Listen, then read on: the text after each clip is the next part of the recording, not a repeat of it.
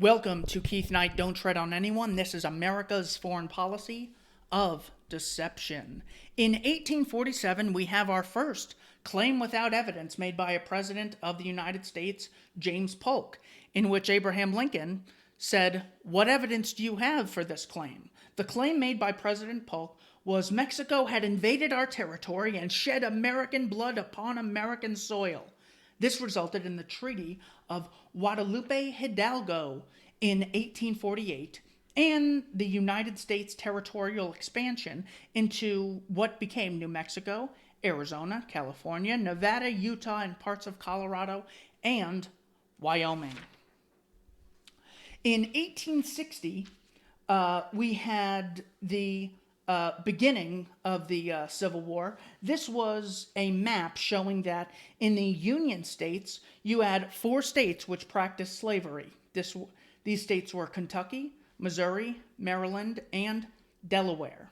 Had Lincoln really been opposed to slavery, he would have also outlawed slavery there. However, the Emancipation Proclamation freed only Southern slaves, land which he did not have recognized control over after the secession.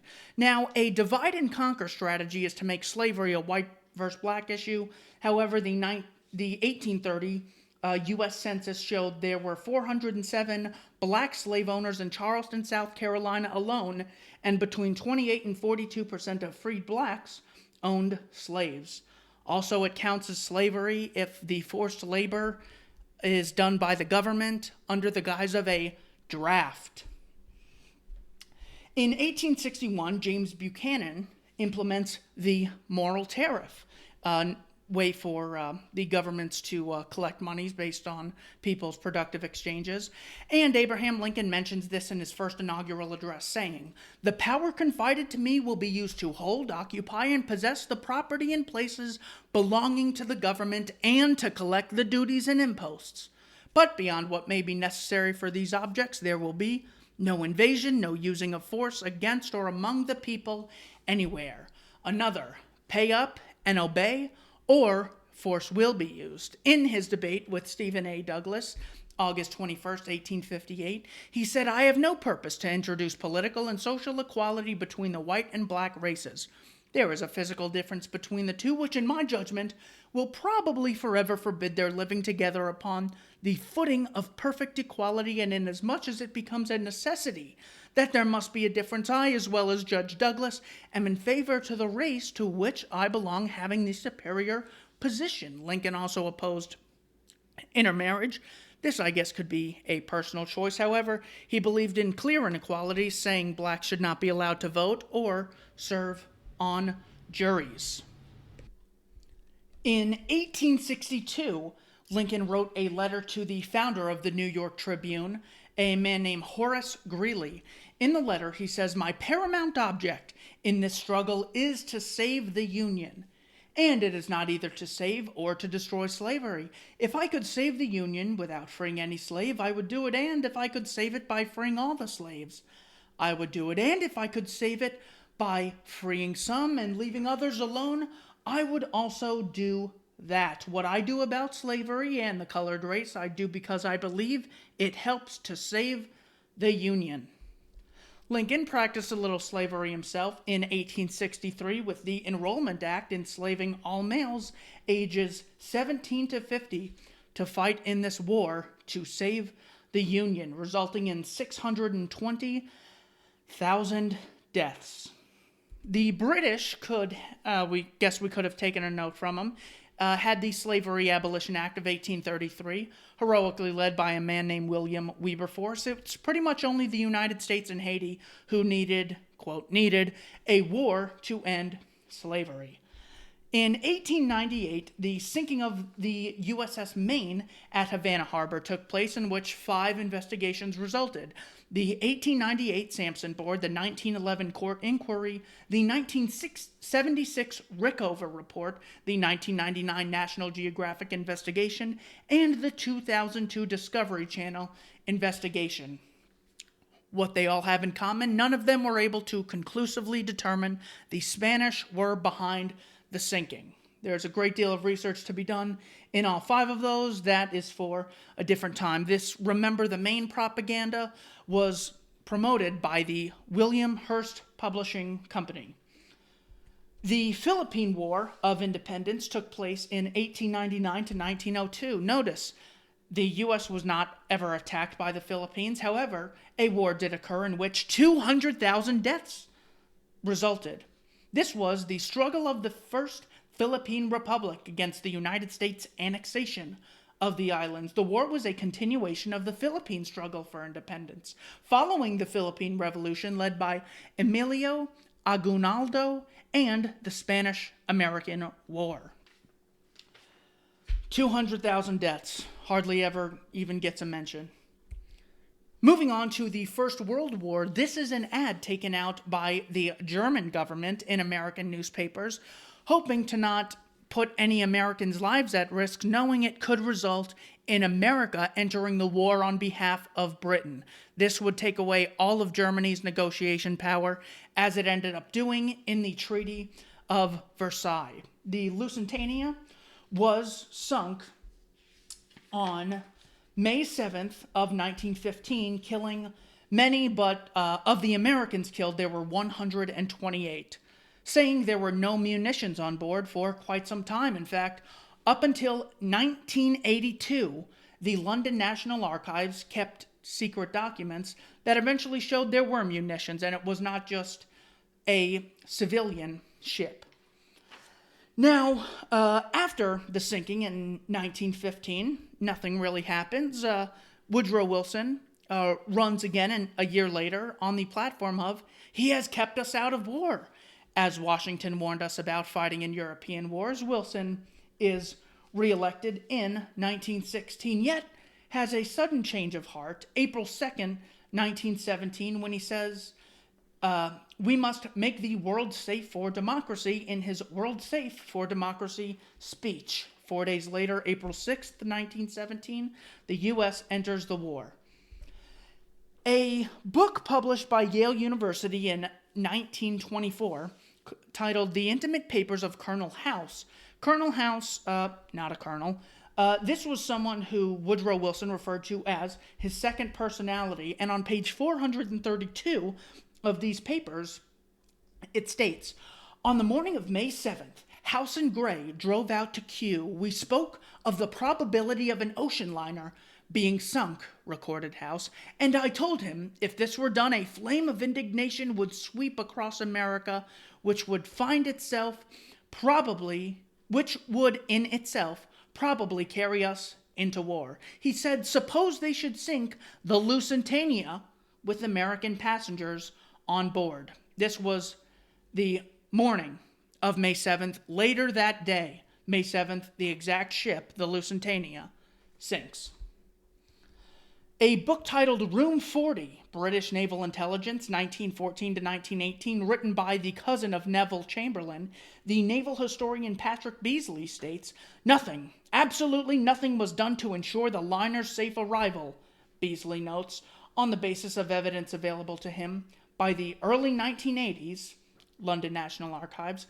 Beasley says, I'm reluctantly driven to the conclusion that there was a conspiracy deliberately to put the Lusitania at risk in the hopes that even an abortive attack on her would bring the United States into the war. Such a conspiracy could not have been put into effect without Winston Churchill's, at the time Churchill was First Lord of the Admiralty, express permission and approval.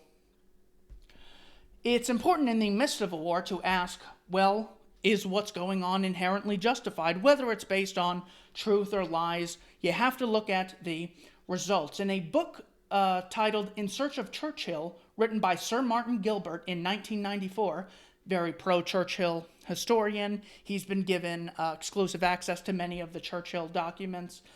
He states 762,106 civilian deaths resulted from the British blockade of Germany. Very hard to portray Kaiser Wilhelm as the bad guy when this is going on the other side. There was later a report called the Report of the Committee on Alleged German Outrages to His Majesty's Government. This is also known as the Bryce Report, in which the absolute fabrication of the babies on bayonets in Belgium is used to get people supporting the war effort.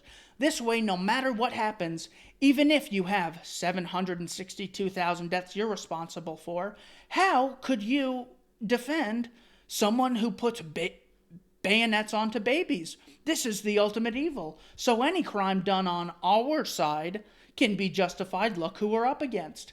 That is the logic of the propaganda here.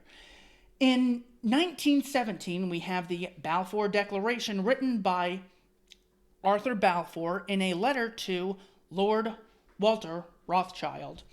This was discussed in a book called Facts Are Facts by Benjamin H. Friedman, and in a speech he gave at a 1961 conference. Basically, he says the Balfour Declaration was a promise was an agreement between the Zionists and the British. In other words, if the Zionists in America pulled Americans into war, the British would grant Zionists a homeland in Palestine. This is also discussed in a chapter of David Irving's book Churchill's War, called We Did It Before, We Can Do It Again, referencing a letter between Chaim Weizmann and Winston Churchill. Moving on to the Second World War, the Molotov-Ribbentrop Pact, the Hitler-Stalin alliance. The Nazis had made an agreement with the Soviets that they would invade Poland on September 1st, and the Soviet Union would invade on September 17th. That ended up happening. However, this is a case of of not having a justified position or a consistent position on why you're waging war on a group. They wage war on the Nazis and ally with the Russians. If invading Poland was the great initial crime to start the war, how can they claim to have the moral high ground if they ally with someone who committed the exact same crime? On the American front, in January 2nd of 1972, an article was published by the New York Times. This is important because it shows how even mainstream outlets can cover something decades ago and it still can't make its way into the populace because it's crowded out by all the other war propaganda. The article is titled War Entry Plans Laid to Roosevelt, in which it says, President Franklin D. Roosevelt told Prime Minister Winston Churchill in August of 1941 that he was looking for an incident to justify opening hostilities against Nazi Germany. This consisted of 950 volumes. The article goes on to say he, Roosevelt, obviously was determined that they should come in. Churchill quotes Roosevelt. He was going to become more and more provocative. If the Germans did not like it, they could attack American forces. In 1954, a book came out called The Final Secret of Pearl Harbor by Rear Admiral Robert A. Theobald. One final quote in this previous article. Churchill quotes Roosevelt saying, everything was to be done to force an incident. Back to The Final Secret of Pearl Harbor by Rear Admiral Robert A. Theobald. He quotes Secretary of War Henry Stimson, also a Skull and Bones member. In a subsequent meeting, Stimson recorded, the question was how we should maneuver them, the Japanese, into the position of firing the first shot. In other words, far from being this, oh, please don't get us in, and then we're attacked by the crazy Japanese for no reason, against our best will, we were coerced into coming into the war. Absolutely not the case. In 1982, a book titled Infamy by John Toland, he quotes Secretary of War Stimson saying, according to Stimson's diary, we face the delicate question of the diplomatic fencing to be done so as to be sure Japan is put into the wrong and makes the first bad move overt move. Amazing how things can be said so many years ago and still not enter the public consciousness. In 1999, a book titled Day of Deceit, The Truth About FDR and Pearl Harbor by Robert Stinnett primarily focuses on one document titled the McCullen Memo. This was an 8-step strategy that could get the Japanese into striking America, creating the first move to justify U.S. entrance into the war, to get the nation behind it, and to have an official justification. 7 of these 8 actions ended up being implemented. Document, again, was written by Arthur McCullen. Later, we have the Export Control Act of 1940. This was a partial implementation of the McCullen Memo. We also have the U.S. and Britain freezing Japanese assets, oil shipments and silk imports halted. This was another part of the McCullen Memo that was later implemented. Now, moving on to another war, the Korean War. This is an example of Korea having never attacked the United States, according to texts of accounts by Lucas and Considine on interviews with Douglas MacArthur in 1954. The New York Times, April 9th, 1964, published, states, "I could have won the war in Korea in a maximum of 10 days. I would have dropped between 30 and 50 atomic bombs on North Korea." Statements of genocide. Absolutely terrible. At some point, you have to ask yourself, who is the bad guy? Do you still hold the moral high ground? Is it worth killing one civilian to stop the spread of communism from the north to the south? Yes. Dropping between 30 and 50 atomic bombs, air raiding the place for years, killing untold number of civilians? Those are the questions that need to be discussed. General Curtis LeMay, referring to the Korean War, over a period of 3 years or so, we killed off, 20% of the population? According to a book, The General and World War II, by Richard Rhodes, published in 1995. In other words, the people in power, the establishment, have no problem committing absolute genocide. Do they have the moral high ground? Should they be given all this power? Should we trust them? No, no, no. Moving on to the Vietnam War, which from the time the U.S. started arming and engaging in funds to the time they left was about 1953 to 1975. The Gulf of Tonkin incident was discussed in this excellent documentary, The Fog of War, in which Robert McNamara says, yes, there was an attack and, well, basically we had faulty information. That explanation can be seen in this movie not until 2003. Notice, the war was entered under false pretenses. There never was an attack at the Gulf of Tonkin, but there was an attack in 1967, which we'll get to very soon. This, again, cannot be stressed enough. The U.S. entered a war based on lies, resulting in the deaths of about 2 to 3 million Vietnamese, enslaving more people through the draft, and killing 58,300 Americans. No one went to jail. His punishment was becoming president of the World Bank and getting all the medals in the world. Johnson, of course, never held accountable for this crime and the lie. This was also an idea come up with by Jim Morrison's father, who worked in the Navy.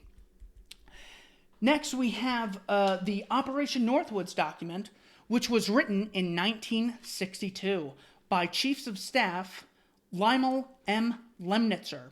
This was released in 2001 in a book titled Body of Secrets by James Bamford, and it was reported by ABC in May of 2001. The document discussed having friendly Cubans start riots in Florida, Miami, Florida, and Washington, D.C. It said we could use the radio airwaves to create the illusion that we were under attack or that there was hostilities coming from Cuba. We could start fires on the airbase. We could sink a ship near Havana Harbor and conduct mock funerals for the victims. We could have a Remember the Maine incident. We could blow up a U.S. ship at Guantanamo Bay and blame Cuba. This is the false flag mindset. This is entering wars based on deception in plain writing. A casualty list in U.S. newspapers would cause a helpful wave of national indignation. The Central Intelligence Alliance with U.S. newspapers was later released in documents for an operation titled Operation Mockingbird. The Operation Northwoods document continues, develop a communist Cuban terror campaign in Miami and Washington, including faking a hijacking of an aircraft. Operation Ranch Hand was part of the Vietnam War, in which it was an herbicidal warfare programming under Operation Trail Dust, which consisted of spraying an estimated 20 million U.S. gallons of defoilments and herbicides over rural areas of South Vietnam in an attempt to deprive the Viet Cong of food and vegetation cover.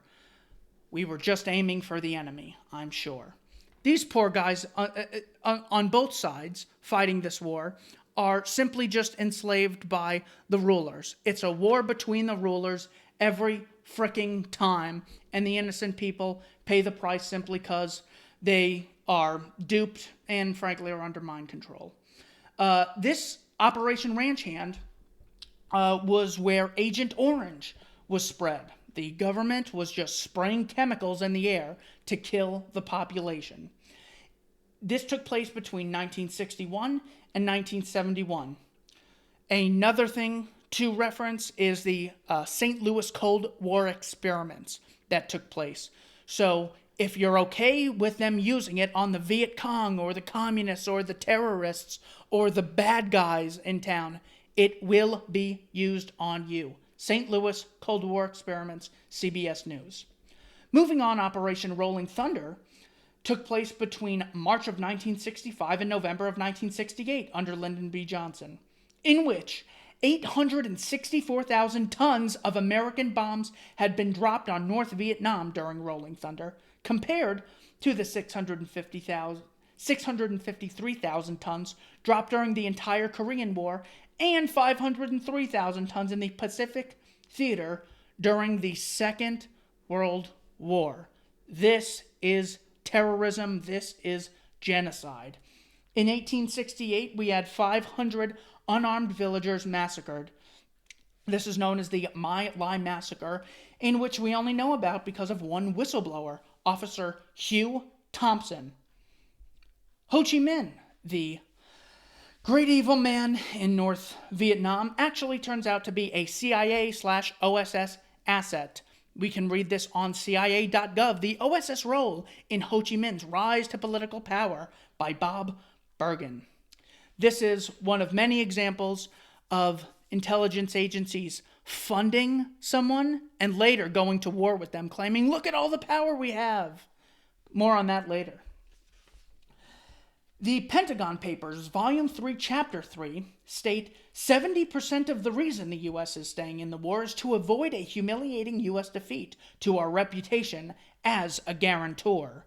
These were released by the heroic whistleblower, Daniel Ellsberg. In other words, they were not fighting for democracy. They were not fighting against communism. They were fighting simply to have their reputation kept in place. That's their justification for mass murder. Imagine if bombs were raining over America and that was someone else's justification. Unbelievable. There is a great deal of disagreement on this next deception.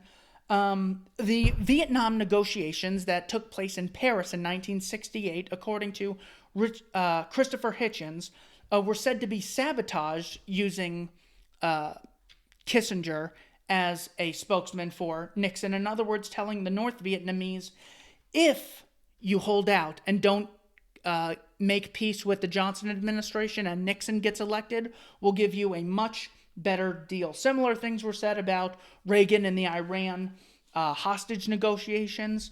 More on that in further work I'll try to get to. In a document titled 1035-960 under the Lyndon B. Johnson administration, the CIA chooses to have the desire to popularize the term conspiracy theory or conspiracy theorist. In other words, anyone who questions the Warren Commission will be labeled a conspiracy theorist. People who question the powers that be, who question wars based on lies, call them a conspiracy theorist. Notice the document doesn't say Make sure we have legitimate evidence. Make sure we consider whether or not we're wrong. Make sure we respond to them with logic, reasoning, documentation. Just says call him a conspiracy theorist. Today it's used all over the place. On June 8th, 1967, a naval research ship, the USS Liberty, was attacked, in which 34 service members were killed outside of Egypt by Israeli fighter jets. This was used to get Americans and the West to enter the Six-Day War on behalf of Israel. This, quote, accident on May of 1968 resulted in the Israeli government paying $3.32 million. So, a non-existent attack in Vietnam gets us into a war. An actual attack by Israel gets us to support Israel in the Six-Day War. If you think foreign policy is about keeping people safe, I would ask you to kindly reconsider. Moving on to the Gulf War.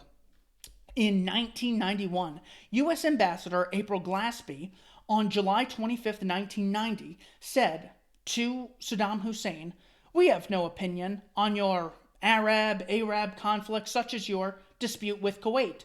Secretary of State James Baker has directed me to emphasize the instruction first given to Iraq in the 1960s that the Kuwait issue is not associated with America." In other words, do whatever you want. We're going to stay out of this, so you don't have to ask us what our opinion is. Later. Well, to go back, Saddam's claim was that Kuwait was over-drilling in a shared geographical area where both Iraq and Kuwait were drilling for oil. This led to Iraq invading Kuwait. Now, this lie, called the Nayariya Testimony, Nyariah, consisted of a woman claiming to be a nurse in Kuwait, in which she saw the Iraqi army come into the hospital, take the babies in incubators, not the babies on bayonets, babies in incubators, throw them on the floor to die. To quote President George Bush, citing this incident to justify the invasion, this was to systematically dismantle Kuwait morally. And in the 1990 Human Rights Council, it was not only mentioned by President Bush Sr., but 7 senators mentioned this while propagating for the war. Turns out this was a lie promoted by a public relations organization known as Hill and Knowlton, still around today, of course. Later in 1991, after the Gulf War, there were sanctions implemented on Iraq, blaming all of the people for the actions of a few. Just imagine if it happened in America. The document titled Iraqi Water Treatment Vulnerabilities led to the deaths of untold numbers of children. Before I get into this, I'm not sure if this is a reliable figure. What matters in the following statement is how the elites respond to mass death they have created. Basically, the chemical chlorine was banned from entering the country, and in May of 1996, Madeleine Albright, who was then U.S. ambassador to the UN, was asked by Leslie Stahl of 60 Minutes in reference to years of U.S.-led economic sanctions against Iraq taking place under Father George Bush and Bill Clinton. Leslie Stahl says, "We have heard that 500,000 children have died. I mean, that is more children than died in Hiroshima. And is the price worth it?" Madeleine Albright responds, "I think that is a very hard choice, but we think the price is worth it." Here we have Ronald Reagan palling around with the Taliban. This includes an operation called Operation Cyclone. This was a code name for the United States Central Intelligence Agency, CIA program, to arm and finance the Mujahadeen in Afghanistan. Another case of funding a group and later going to war with them. From 1979 to 1989, prior to and during the military intervention by the USSR in support of its client, the Democratic Republic of Afghanistan, one of the longest and most expensive covert CIA operations ever undertaken. Funding began with just over $500,000 in 1979, was increased dramatically to between $20 and $30 million per year in 1980 and rose to $630 million per year in 1987. So when Ben Shapiro tells John Stossel with a straight face, the U.S. has never been involved in Afghanistan, not until they attacked us on 9/11, he's blatantly lying. This article came out Wednesday, the 24th of March, 2004, titled, Bush, according to The Guardian, Bush team agreed to attack the Taliban the day before September 11th. So far from 9/11 happening, the government's saying, oh, we got to find out who's behind this, doing research, getting sources. They had already planned on invading Afghanistan before that. The report pointed out that agreement on the plan, which involved a steady escalation of pressure over 3 years, had been repeatedly put off by the Clinton and Bush administration, despite the repeated failure of attempts to use diplomatic and economic pressures. Allegations from a former White House counterterrorism czar, Richard Clark, that the Bush administration's ideological obsession with Iraq had hindered the momentum of the struggle with Al-Qaeda in the months before the attack. Mr. Clark claimed that the plan to increase the pressure on the Taliban was inherited from the Clinton administration. Going back to the Clinton administration, a group called the Project for a New American Century wrote a paper called The Afghan Vortex, which you can look into if you want more on this. Colin Powell said the September 10th meeting was with top White House officials in which they agreed to the strategy towards the Taliban, demonstrated a new determination to deal with Al-Qaeda. All before 9/11, these plans are taking place. From the spring of 1997 to September of 2001, the U.S. government tried to persuade the Taliban to expel bin Laden to a country where he could face justice. The efforts employed inducements, warning, and sanctions. All these efforts failed. At a meeting of the Bush administration's top national security officials on September 10th, a three-phase strategy was agreed. On September 10th, before September 11th, they agreed to invade Afghanistan. This included covert military aid would be channeled to anti-Taliban groups. If both those options failed, the deputies agreed that the United States would seek to overthrow the Taliban regime through more direct action. After 9/11, George Bush and his administration rejected the Taliban handing over bin Laden. So whereas previously it was, we need bin Laden, they're not going to give him to us, so let's convince the intellectuals and the opinion makers and the CFR that that's why we need to go after them, because they won't hand over bin Laden. So after 9/11, the Taliban says, you know what, we'll hand him over to any third-party country. This was, President Bush rejected this, also according to The Guardian. Sunday, October 14th, 2001, Bush rejects Taliban offer to hand bin Laden over. President George Bush rejected as non-negotiable an offer by the Taliban to discuss turning over Osama bin Laden if the United States ended the bombing in Afghanistan. So, stop killing civilians who had nothing to do with 9/11, and we'll hand him over to a third-party country in which you could have a trial. See, innocent until proven guilty also applies beyond the geographical lines of America. The president said the bombing would not stop unless the ruling Taliban turned bin Laden over, turn his cohorts over, turn any hostages they hold over. More vague, the better. Cohorts. He added, there is no need to discuss innocence or guilt. We know he's guilty. President of the United States said that. The Taliban would require evidence that bin Laden was behind the September 11th terrorist attack in the U.S., but added, we would be ready to hand him over to a third country. Unbelievable. Taliban ready to discuss bin Laden handover if bombing halts. The Taliban would be ready to discuss handing over Osama bin Laden to a neutral country if the U.S. halted the bombing of Afghanistan, a senior Taliban official said today. But we know the plans, according to Richard Clark and Colin Powell stated, they had already planned this invasion years ago. This was in the making. Just looking for a justification. What a gift 9/11 was. Afghanistan's Deputy Prime Minister, Haji Abul Kabir, told reporters that the Taliban would require evidence, that bin Laden was behind September 11th attacks in the United States. If the Taliban is given evidence that Osama bin Laden is involved and the bombing campaign stopped, we would be ready to hand him over to a third country, Mr. Kabir added. Now, couldn't the administration have said, yep, here's the proof, exhibit A, B, 3, all the way to Z, and then said, oh, and they still won't hand him over. Now we have a justification. George Bush said, in his own words, there is no need to discuss innocence or guilt. We know he is guilty. Plans for Iraq attack began on September 11th, according to the notes collected later by Donald Rumsfeld. One guy is associate of coal bomber. See how they use vague terminology to link one group to another?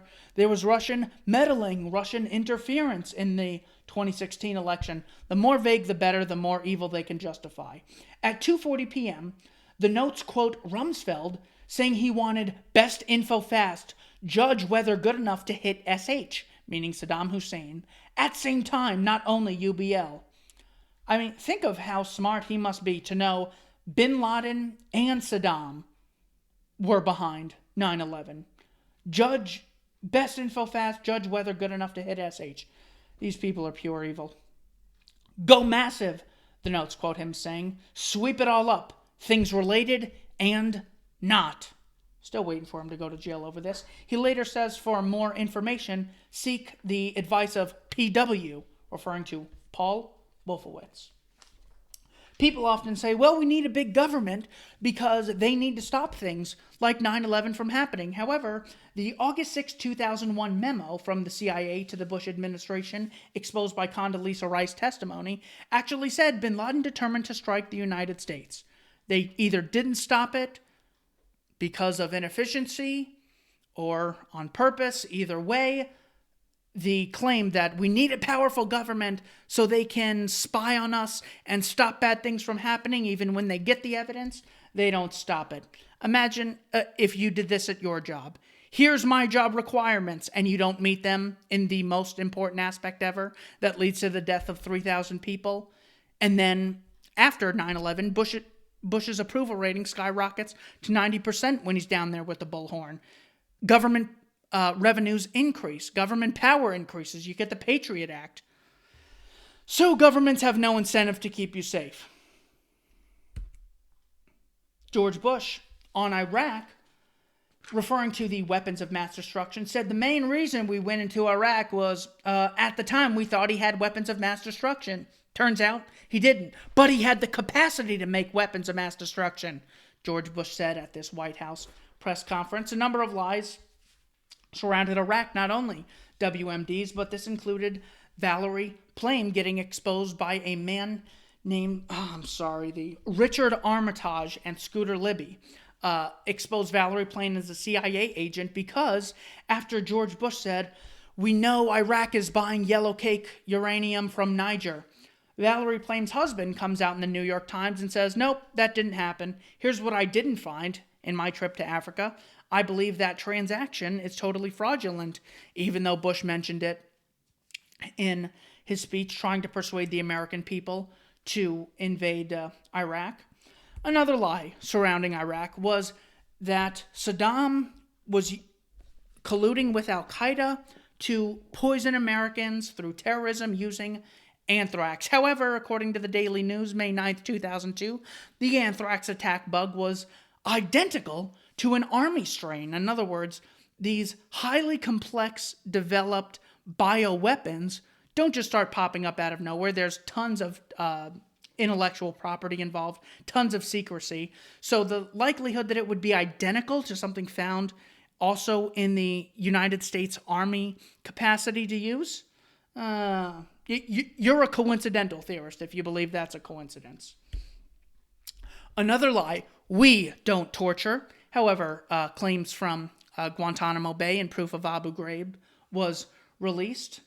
The claim that we're just there to get Saddam. We don't commit atrocities. This was exposed as a lie by Bradley Manning in this video titled Collateral Murder, published by WikiLeaks. This was released. This is regarding the July 12th, 2007 Baghdad airstrike. Another lie. We don't spy on Americans. We're just getting the terrorists. We're only spraying the Viet Cong with Agent Orange. Trust me, it'll never be used on you. We don't spy, said the government. However, the Edward Snowden documents released PRISM, P-R-I-S-M. This operation was a code name for a program under which the United States National Security Agency, NSA, collects internet communications from various U.S. internet companies. Moving on to Iran, Gary Hart, a senator, published this in the Huffington Post, presuming that you, speaking to the head of Iran, are not actually ignorant enough to desire war with the United States. You might be well advised to read the history of the sinking of the USS Maine in Havana Harbor in 1898 and the history of the Gulf of Tonkin in 1964. He tells Iran, hey, look at one event that provably didn't happen, the Gulf of Tonkin, and look at another event in 1898. In other words, these deceptions are policy. This is what happens here. This is what you should look at to see what we're going to do in the future. Moving on to Libya. Hillary Clinton laughably says, we came, we saw, he died. This was referring to the 2011 military intervention in Libya known as Operation Unified Protector. So when Secretary of State Hillary Clinton says this after claiming she was against regime change in Iraq after supporting it, she claims to hate Russian interference in America, Russian meddling in American politics through buying up ads on Facebook, yet violently overthrowing politicians in other countries. Totally justified.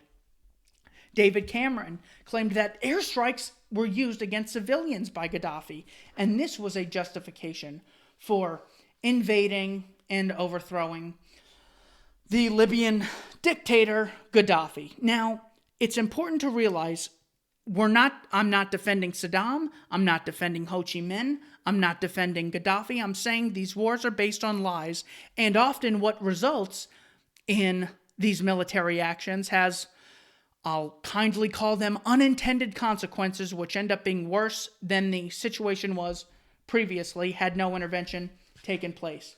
Very similar to economic unintended consequences. And a great lie in this, as every war has to have, was Gaddafi supplies troops with Viagra to encourage mass rape. Claims diplomat U.S. Ambassador Susan Rice has also said, without offering evidence, that Iran was helping Syria to suppress dissent. Helping. Specifically. Thanks so much. Here's another lie by omission. Disposition Matrix is a secret kill list that Barack Obama had, informally known as a kill list. It's a database of information for tracking, capturing, rendering, or killing suspected enemies of the United States. Define enemies. Who gets to interpret that? The most evil people on the planet. Nearly 90% of people killed in recent drone strikes were not the target. U.S. drone strikes have killed scores of civilians in Afghanistan, Pakistan, Yemen, and Somalia. This article here links to a primary source by the Pentagon. It's important to read through these simply because you have to imagine if it were being done in America. Let's say there's a murderer in Manhattan. You have to get the murderer. You can't just start bombing Manhattan. And either way, let's say there was a target. Who said that target's a legit enemy of the United States? You don't even know what enemy means. Just because government says you're a target, they get to kill you without trial? Whew. In 2013, MIT professor Ted Pistol says there was no evidence for the Syrian chemical attack Barack Obama claimed to use as justification for bombing and invading Syria. This didn't come out until 2017. The main points consists of: the White House document does not provide any evidence whatsoever that the government of Syria was the source of the chemical attack in Khan Sheikhan.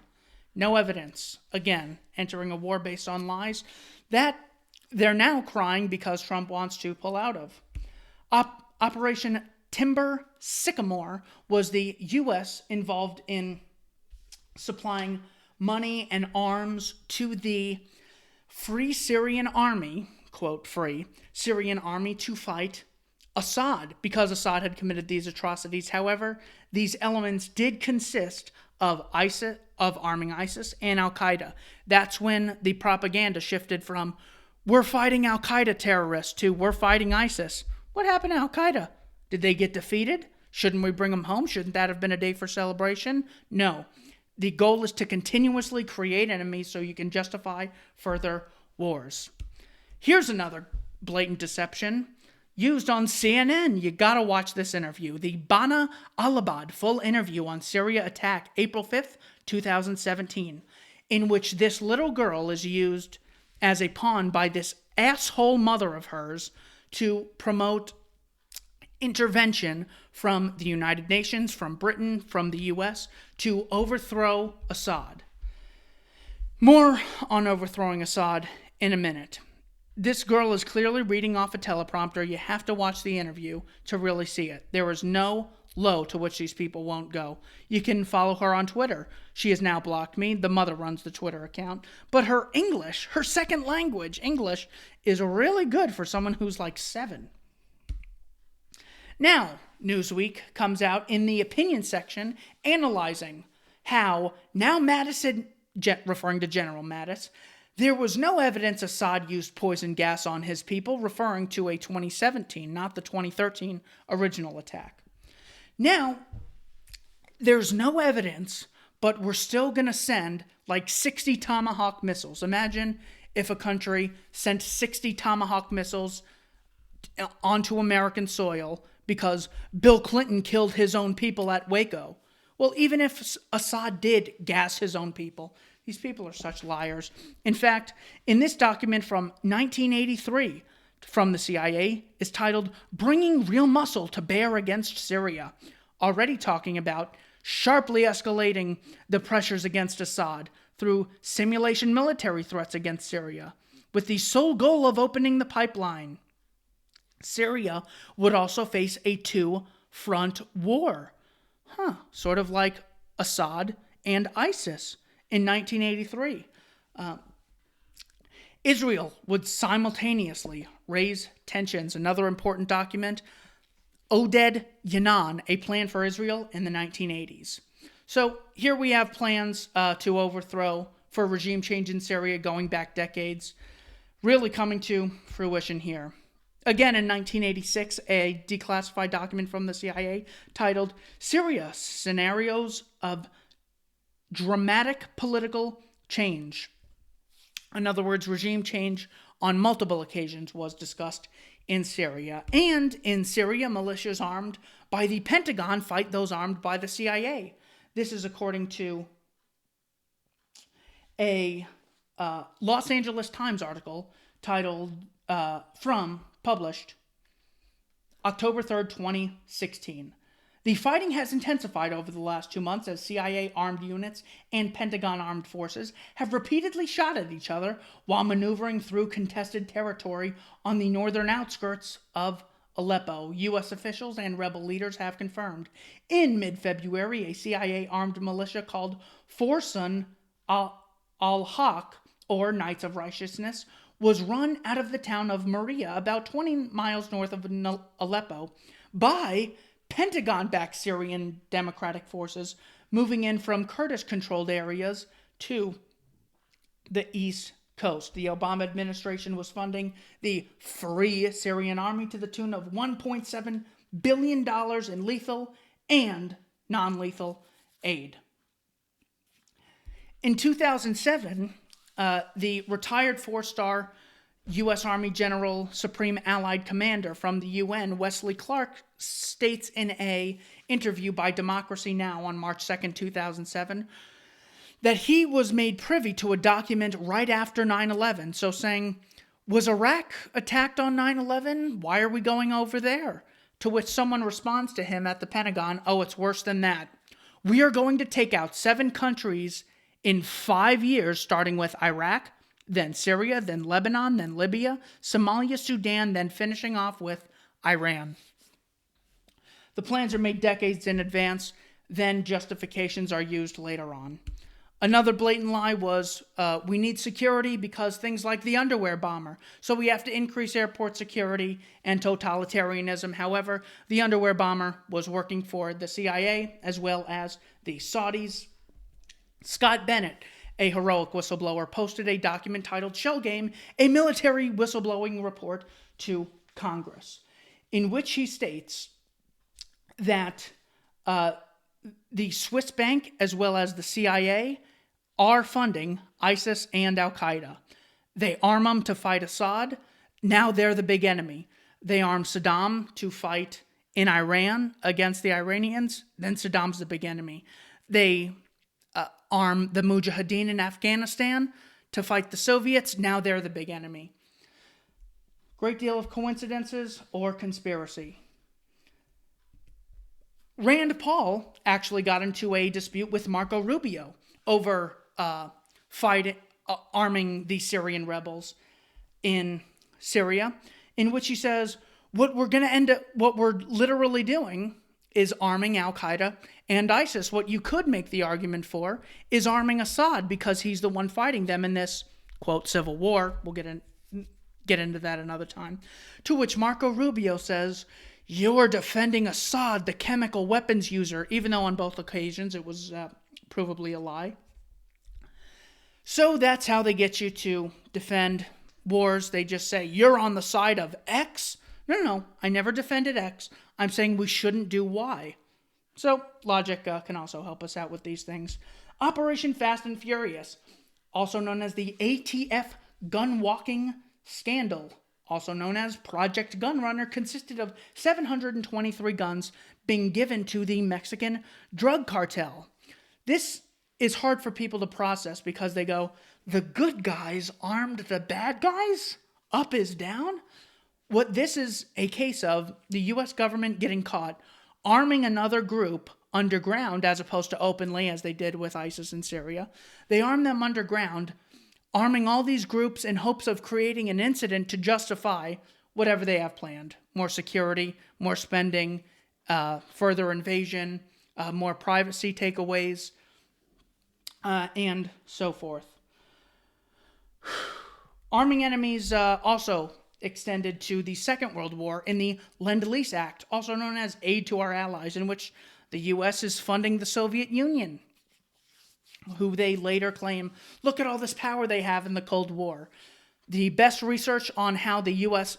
didn't only give funds to, but nearly built the Soviet Union is what Soviet technology with Western finance, I believe is the title. It's a document by Anthony Sutton. He goes in depth into how the Soviet Union was sustained by U.S. assistance.